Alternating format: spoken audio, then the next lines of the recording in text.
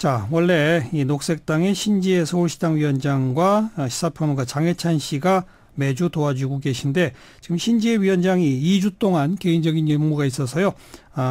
이번 주와 다음 주 2주 동안은 이 정의당의 서울시당 위원장 김종민 위원장을 초대했습니다. 김종민 위원장 어서 오십시오. 네, 안녕하세요. 네. 지난 지방선거 서울시장 후보셨죠? 네, 그렇습니다. 아깝게 낙선하셨고.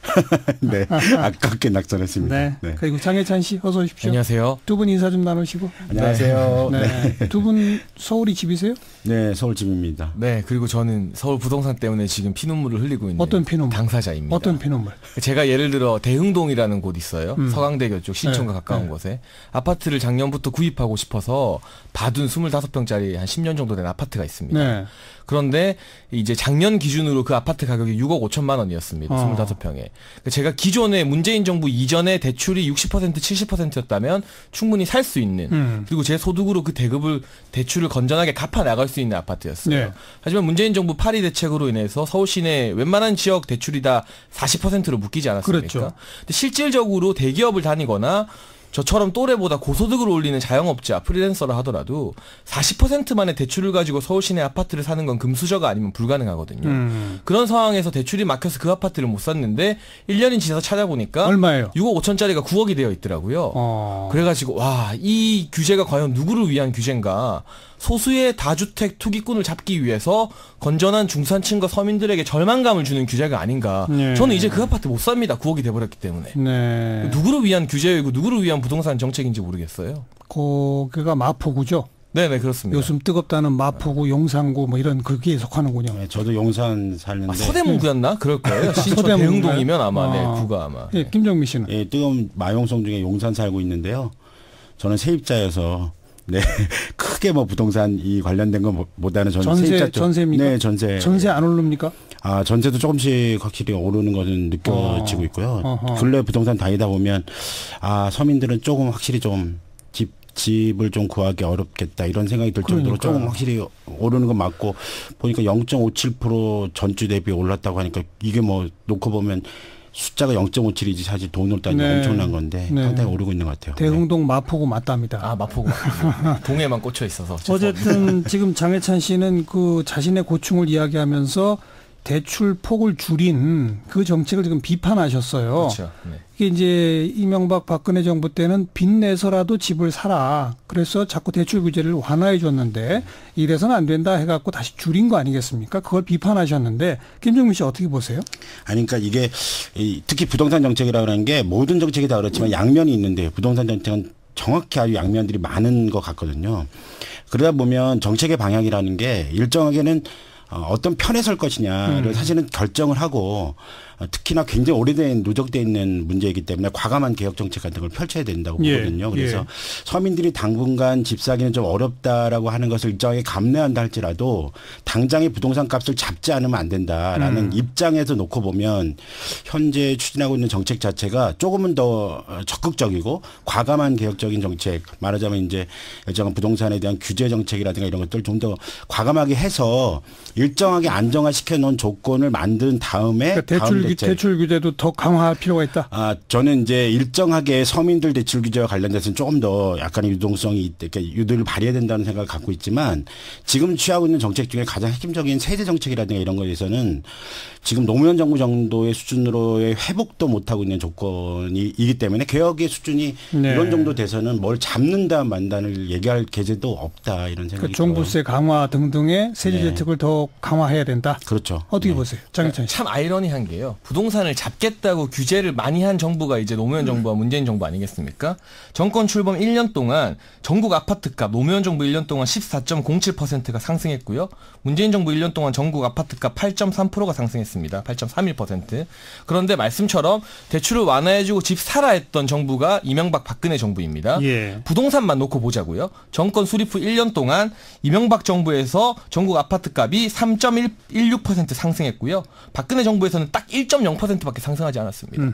너무 아이러니하게도 부동산 아파트값을 잡겠다고 나서고 규제를 하고 막 세금을 때려붓는 정부에서 이렇게 두 자릿수 그리고 문재인 정부도 지금 서울 시내 아파트값은 15개월 만에 11.8%가 올랐습니다. 정말 엄청난 급등 폭등이거든요. 이렇게 오르는데 참 보수 정부 공급을 오히려 늘리고 재건축 재개발하고 뉴타운하고 그 대신 대출은 낮춰서 실수요자나 중산층들이 자기 집 사게 해주는, 물론 그로 인해서 이 다주택자나 투기꾼들도 이익을 받겠습니다만 크게 봤을 때 이 공공의 이익을 위해서 대출을 낮추고 주택을 전향적으로 푸는 정부에서는 1년 동안 아파트값 상승률이 훨씬 더 낮았단 말이죠. 3%대 1%대. 그것을 보면 결국 무엇이 답이냐, 규제가 답이 아니라 지금 공급이 부족한 게 문제다. 따라서 전향적인 공급 확대 정책만이 주택값을 안정화시킬 수 있다. 저는 그렇게 통계가 증명하는 것 같아요. 아니 그런데 이제 지금 현재 그 노무현 정부나 문재인 정부를 제가 뭐 옹호할 생각이 사실 있는 건 아닌데, 노무현 정부도 사실은 보수 정부의 상당 오랜 기간의 어떤 요소, 그 부동산 값이 끊임없이 폭등해 왔던 그런 것에 대한 후과를 감당할 수밖에 없었고,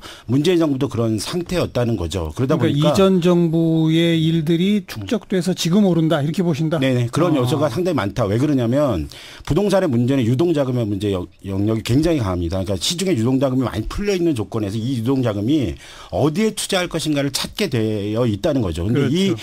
이 찾는 데서 부동산에서, 그러니까 정부의 정책이 부동산을 조금이라도 오를 수 있는 거 아니야, 여지가 있는 거 아니야, 이런 시그널을 계속 애매하게 주고 있다는 거예요. 그러니까 뭐 정부의 정책이라고 하는 것이 일정하게는 투기를 막고 또 개발을 일정하게 제한을 하고 부동산에 억제 정책을 쓰는 거에 있어서 굉장히 분명하고 선명한 어떤 입장을 내세우지 않는다면 이런 유동자금이라든가 시장의 반응이라든가 부동산의 투기를 목적으로 하는 그런 세력의 입장에서 보면은 계속 그런 틈새를 볼 수밖에 없고 계속 그런 데를 치고 돌아가서 지금보다 더 세게 해야 된다. 그렇죠. 지금은 이 유동자금에게 시그널을 애매하게 주고 있는 겁니다. 그러니까 부동산 불패 신화라는 입장에서 놓고 봤을 때 부동산 값은 좀 그래도 조금만 더 기다리면 오르지 않겠어라는 생각을 끊임없이 갖게 한다. 그럼 더 세게 하는 핵심은 뭐라고 보세요? 어떤 정책을 더 해야 됩니까? 가장 이 부동산 정책의 핵심은 세제 정책이라고 저는 생각을 해요. 그러니까 보유세 강화. 예, 보유를 하게 되면 그에 따른 부가가치가 창출이 된다. 보유하는 문제만으로 거기에 대한 세금을 명확히 매기는 것이 이제는 해야 하고 더 이상 이렇게 부동산이 끊임없이 오르는 이런 상황을 계속 정부가 두고 보고 있다면, 현재 문재인 정부도 만약에 이 문제에 대한 대책과 대안을 세우지 못하면 그 다음에는 넘어갈 뭐 더 이상 뭐 부동산 문제에 대해서는 어떤 정부가 등장하더라도 가능하지 않지 않나. 보유세 대폭 강화가 답이다. 네네. 어떻게 보세요? 저는 뭐 대폭 강화는 모르겠지만 자유한국당 김병준 비대위원장 같은 경우도 부동산 문제 정책 이야기할 때요, 보유세 찬성, 그러나 그만큼 거래세를 줄이는 쪽으로 가자, 그런 정책을 제안한 바 있습니다. 저 같은 경우도 보유세를 도입하고 지금 현실적으로 올리되, 그리고 공시지가가 지금 너무 천차만별이잖아요. 또 자유한국당 김연아 의원이 공시지가를 일률적으로 하자고 했는데, 강남 같은 경우는 예를 들면 20억짜리 집인 실거래가는 20억인데 공시지가가 10억인 경우가 있고, 강북은 실거래가가 9억인데 공시지가가 7억인 경우가 있어요. 이렇게 너무 천차만별 불균등합니다. 그런 부분을 현실화하면서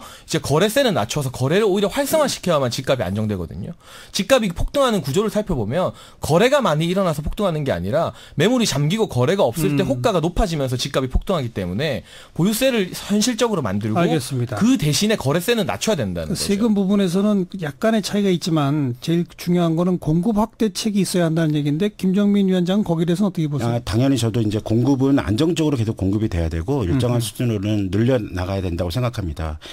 그런데 부동산 값을 잡는 입장에서 봤을 때 공급을 늘리는 방식으로 하게 되면 현재 한국 사회가 갖고 있는 주택 양이라고 하는 것이 1인 가구, 그러니까 가구를 기준으로 봤을 때는 이미 한개 이상을 넘고 있는 조건에서 주택이 부족한 조건이 부동산 값을 폭등시키는 요인은 전혀 아니라고 볼 수가 있거든요. 차라리 세입자를 위해 임대주택의 확대라든가 이런 것들이 더욱더 중요한 시점이고, 부동산 값을 잡는 가장 결정적인 요체는 현재 종부세로 표현되어 있는 거라든가 또는 뭐 재산세 문제라든가 이런 데서 계속 애매모호한 태도를 취하고 있는 이런 입장을 과감하게 탈피를 해서 뭐 이렇게 해야 되고, 지금 현재 뭐 여러 가지를 나오지만 뭐 공시지가를 기준으로 지금 종부세가 책정이 되고 있는데 현재 60% 정도 수준이란 말이에요. 그렇죠. 실제로는 80% 이상의 시세를 반영하는 것도 만들어내야 되고, 그래야 이런 보유라고 하는 것을 통해 한국 사회에서 부동산을 보유하는 것으로 부가가치를 만들어내거나 한다고 하는 사실을 조금 그렇게 가능하지 않게 이게 만드는 거. 그래서 집이라는 건 라이브 사는 곳이지 사는 것이 아니다라는 생각을 끊임없이 갖게 하는 게 더 중요한 문제라고 생각이 듭니다. 아까 또 장해찬 씨는 공급 확대책 말씀하셨는데, 물론 공급 확대책하고 딱 일치되는 건 아니지만 박원순 시장이 용산 여의도 개발 이야기를 한 게 마치 이 불에 기름 붓듯이 부동산 폭등을 가져왔다는 분석이 많지 않습니까? 네네. 그러다 보니까 이제 일단 잠정 취소도까지 했는데 그런 건 어떻게 생각하세요? 근데 정부가 지금 계속 엇박자를 내요. 박 시장과 국토부가 엇박자를 내고요. 국토부 같은 경우도 김현미 장관이 또 임대사업자에 대한 세제 혜택을 줄이겠다 발표하자마자 9월 1일에는 국토부가 보도자료 돌려서 아직 확정된 거 아니다. 정부 부처와 논의해야 된다고 말합니다.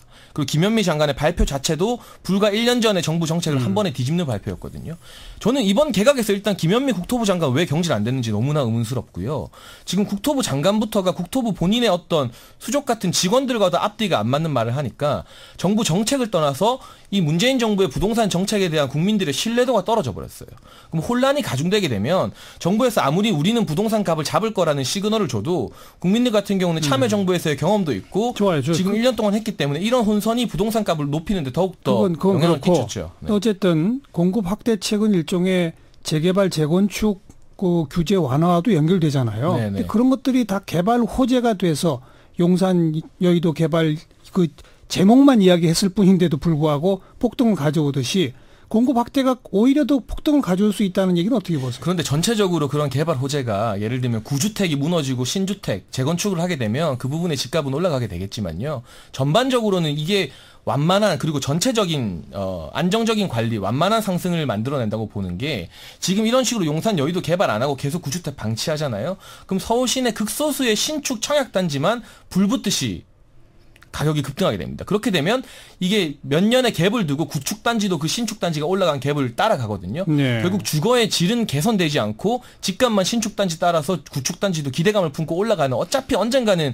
해결해야 될 그 공급 문제이고 지금 전국 도시에서 제주도 제외하면요. 서울특별시가 주택중 아파트 비율이 전국에서 꼴찌입니다. 제주도 제외하면. 예. 서울을 제외한 전국 도시에서요. 주택 중에 아파트가 차지하는 비율이 70.5%인데 서울은 주택 중에서 60.6%만 아파트입니다.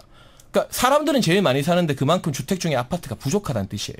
이걸 계속 공급을 억누르다 보니까 지금 터진 것이지 물론 그로 인해서 뭐 개발 호재로 인해서 어느 동이 수혜를 보고 이런 건 있겠지만 전향적인 주택 공급 우리나라에서 아파트 값이 떨어진 유일한 시기가 노태우 시기입니다. 알겠어요. 200만 원 공급하면서. 재개발 재건축 등도 활성화시켜야 된다. 그 말이죠. 근데 재개발 재건축을 활성화시킨다고 하는 거는 제가 지난 지방선거 때도 이제 김문수 후보랑 이 문제에 대해서 논쟁이 상당히 심각했던 것 같은데 이게 어떤 요소를 갖고 있냐면 지금의 서울 지역의 재개발 재건축은 풍선 같은 거예요.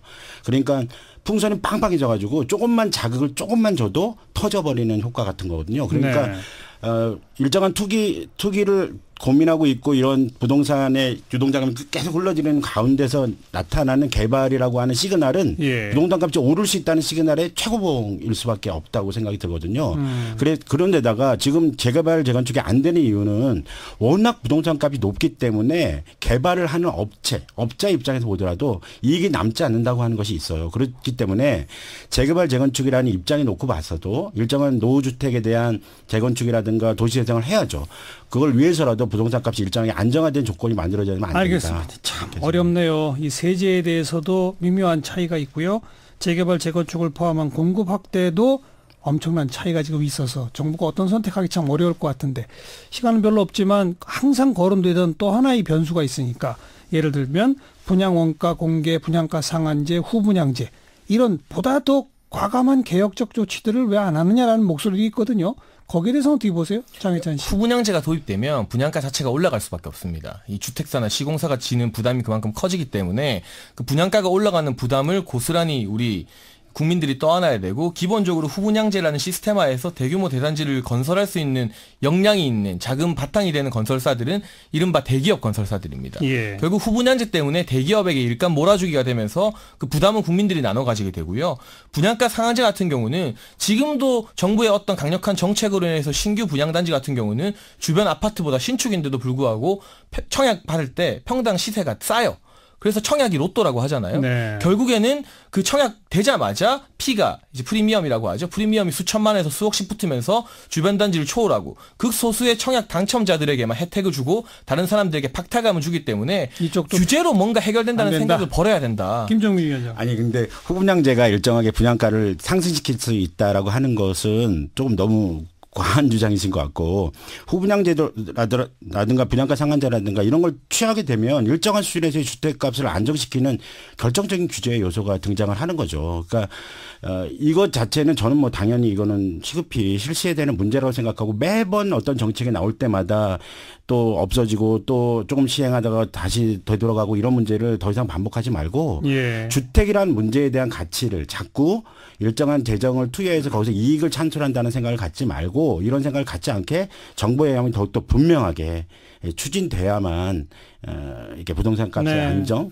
이런 것을 분명히 알겠습니다. 만들 수 있다고 생각합니다. 두 분 다 공공주택 확대에 대해서는 찬성하시죠? 그럼요. 그럼요. 네. 네. 특히 청년들 공공주택은 저는 그 용산 미군기지 반환된 데 있잖아요. 공원 짓지 말고 공공주택 대규모로 지었으면 좋겠어요.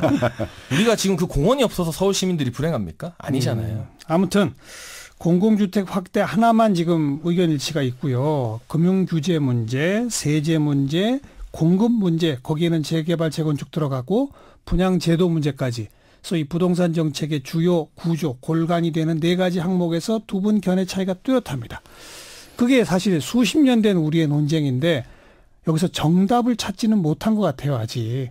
조금 그 진보적 쪽에서 각종 규제 강화 쪽으로 가다 보면은 지적하신 것처럼 정말 부동산 값이 올라 버렸고 규제를 다 풀어다 보면 그게 또 나중에도 부동산 값 오르는 데에 어떤 빌미가 됐다는 지적도 있고 어떻게 해야 할지 정확한 정답을 아직 모르겠는데 이 정부가 어떤 선택을 할지 한번 지켜봅시다. 네, 이게 어려운 문제긴 한데, 네. 예, 뭐 어렵긴 한데, 사실은 이때까지는 부동산 값이 오르고 그에 따른 투기를 기반으로 했었던 세력들의 이익을 계속 보장해왔던 정책이었지 언제 한번 안 그런 적이 있냐. 네. 그런 의미에서는 문재인 정부가 과감한 선택을 지금은 안 하면 해야 된다. 예, 반대급부를 좋습니다. 한 번도 발생시킨 적이 없다는 장혜찬 거죠. 씨는 이제라도 정책 방향 바꿔라. 네, 짧게 말하면 빈대 잡자고 초가삼간 태우면 안 되잖아요. 네. 소수의 다주택자 잡자고 실수요자 때려잡는 정책은 하면 안 된다는 말씀 드리겠습니다. 정부의 결정 지켜보고요. 그것이 시장에 어떤 영향 미칠지 정말 지켜보도록 합니다. 오늘 두 분 수고하셨어요.